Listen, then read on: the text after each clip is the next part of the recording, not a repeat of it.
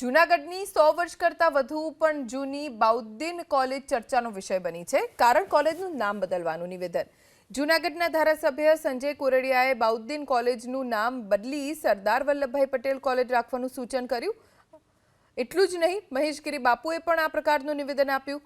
જો કે જિલ્લા કોંગ્રેસ પ્રમુખ ભરત અમીપરાએ આ બાબતનો વિરોધ કર્યો. ત્યારે કોલેજનું નામ બદલવું કે નહીં તેને લઈ જૂનાગઢની જનતાનો અલગ અલગ મત જોવા મળ્યો.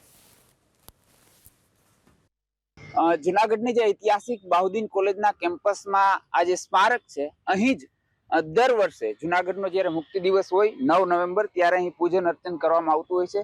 જુનાગઢની ઐતિહાસિક બાઉદ્દીન કોલેજ ખાતે છીએ, કેટલાક લોકો આપણી હારે છે. અચ્છા, તાજેતરમાં એક વિષય ચર્ચાયો છે કે ભાઈ કોલેજનું નામ બદલવું જોઈએ. એક પક્ષ એવું કહે છે, એક એવું પણ કહે છે કે ભાઈ બદલવું ન જોઈએ. તમારો શું મત છે?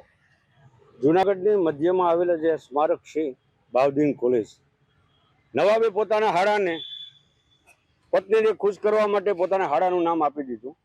બાઉદ્દીન કોલેજ ખુદ આ કોલેજમાં ભણ્યો નથી. આ બાઉદ્દીન કોલેજ 1897ની અંદર આનો પાયો નખાણો અને 1900માં બાઉદ્દીન કોલેજની શરૂઆત થઈ. આની અંદર ગૌરીશંકર જોશી, ધૂમકેતુવાળા અને મનોજ કંડેરિયા, દર્વેશન મેઘાણી જેવા કેટલાક આપણા મહાનુભાવો આ કોલેજની અંદર ભણી અને ઉચ્ચ શિક્ષણ મેળવેલું છે. પરંતુ બાઉદ્દીન કોલેજ આ કોલેજમાં ભણ્યો નથી અને પોતાની પત્નીને ખુશ કરવા બાઉદ્દીન નામ રાખી દીધું. એ યોગ્ય પણ ગણાય નહીં અને બાઉદ્દીન એવું જુનાગઢને માટે કોઈ કામ કર્યું નથી કે આ સ્મારકનું નામ હોવું જોઈએ. જુનાગઢના લોખંડી પુરુષ, જુનાગઢમાં જે લોખંડી પુરુષ છે, જે અહીંયા બાઉદ્દીનની જગ્યા ઉપર જે સભા કરી હતી, જેને દેશને માટે 526 રાજ્યોને એક કરી, રજવાડાઓને એક કરી અને આ દેશના જે ગૃહમંત્રી તરીકે જેને સાથ સંભાળ્યો, એવા લોકોનું નામ આપણે સરદાર પટેલનું નામ હોય. તમે એવું માનો છો કે સરદાર પટેલનું નામ હોય તો વધારે પડતો અમારે સરદાર પટેલનું નામકરણ થવું જોઈએ, નામ બદલવું જોઈએ તેવો ભાઈનો મત છે. તમારો શું મત છે? આ કોલેજની સ્થાપના રસુલ ખાન નવાબ દ્વારા, તેમના શાળા દ્વારા કરવામાં આવી હતી. રસુલ ખાન નવાબનો તમે ઇતિહાસ જુઓ તો તેણે હિન્દુ મુસ્લિમમાં ક્યારેય કોઈ પણ જાતનો ભેદભાવ જોયો નથી.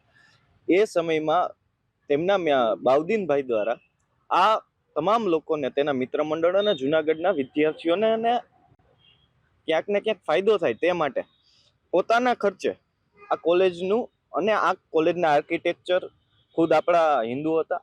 ત્યારે હું આ મત સાથે નથી, કારણ કે સરકારે જ, અને જે પણ લોકો આમ એમ કહે છે કે આનું નામકરણ બદલવું જોઈએ, તેમનું એટલું જ હાલતું હોય તો એને કેટલું કહેવાનું છે કે જો નામ બદલવાથી આ કોલેજનું શિક્ષણ સારું થતું હોય તો તમે આ કોલેજનું નામ બદલી શકો છો. નામ બદલવાથી આ કોલેજનું ફરીથી રિનોવેશન થઈ અને આને હેરિટેજનો જે દરજ્જો મળ્યો છે, 4 કરોડ જેટલી ગ્રાન્ટ જે પેન્ડિંગ પડી છે તે ગ્રાન્ટ પાસ થઈ અને આનું કોલેજનું ફરી મરમ્મત થતું હોય તો તમે આ નામ બદલી શકો છો. નામ બદલવાની જગ્યાએ હું તો એટલું જ કહીશ કે તમને સરદાર પટેલ સાહેબ સાથે મને પણ લાગણી છે અને તમામ લોકોને લાગણી જ હોય તો નવી સરકારમાંથી બીજી એક સરદાર પટેલ સરકારી કોલેજ બીજી સ્થાપના કરવી જોઈએ. કારણ કે નવાબ અને બાઉદ્દીનભાઈનું જે પણ જીવન રહ્યું છે તે ક્યાંક ને ક્યાંક હિન્દુ મુસલમાન પૂરતું જ નહીં પણ હિન્દુ પૂરતું પણ એટલું જ રહ્યું છે. મતલબ કે નામ બદલવાના સમર્થનમાં તમે નથી? નામ બદલવાના સમર્થનમાં હું નથી, પણ એટલું કહું છું કે નામ બદલવાથી જો આ કોલેજનું શિક્ષણ સારું થતું હોય તો જરૂરથી નામ બદલ. બિલકુલ. વધુ એક નગરજન, જુનાગઢના નાગરિક આપણી હારે છે. અચ્છા, આપનો શું અભિપ્રાય છે? એક ખૂબ જ મહત્વનો વિષય હાલ ચર્ચા રહ્યો છે આ બાબતે. બાઉદ્દીન કોલેજના નામ ઉપર નહીં, બાઉદ્દીનભાઈ પણ એક સારા વ્યક્તિ હતા અને સરદાર વલ્લભભાઈ પટેલ પણ એક આપણું ભારતનો રત્ન છે. નામ બદલાવાથી કંઈ ફેર નહીં પડે, પણ જે પ્રજાલક્ષી કામ છે, પ્રજાના જે પ્રશ્ન છે તેની ઉપર અત્યારે ધ્યાન આપો તો વધુ સારું છે. પ્રજાની શું માગણી છે, પ્રજાને અત્યારે કામ અટકાયેલા પડ્યા છે.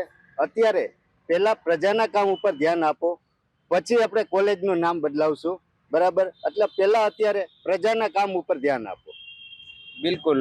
વધુ એક નાગરિક આપણી હારે છે. જે રીતે ભાઈએ કહ્યું કે ભાઈ બાઉદ્દીનભાઈ મહાન, સરદાર પટેલ પણ મહાન, પહેલા પ્રજાના કામ થવા જોઈએ. તમે શું માનો છો?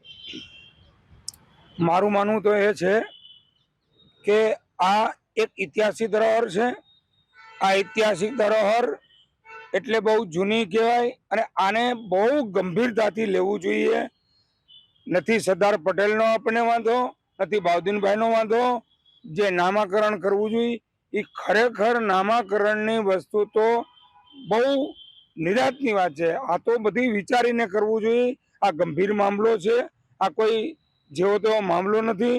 એટલે અત્યારે તો જે જરૂરિયાત છે, જે જુનાગઢની જરૂરિયાત છે, એ બધી પૂર્ણ કરવી જોઈએ. અને આ નામાકરણ કરી અને પબ્લિકને ગુમરાહ કરવાની આ વાત છે, એટલે એ ન કરવું જોઈએ. આ તો એક ઐતિહાસિક મુદ્દો છે ને ઐતિહાસિક નામાકરણ માટે આ ધીર ગંભીરતા રાખવી જોઈએ.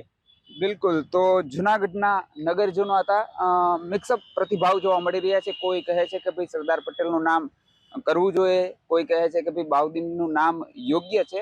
જ્યારે એવો પણ એક વર્ગ જોવા મળ્યો કે ભાઈ પેલા જે લોકોના પ્રશ્નો છે તેના ઉપર ધ્યાન આપવું જોઈએ. પ્રતિક પંડ્યા, જુનાગઢ, એબીપી અસ્મિતા.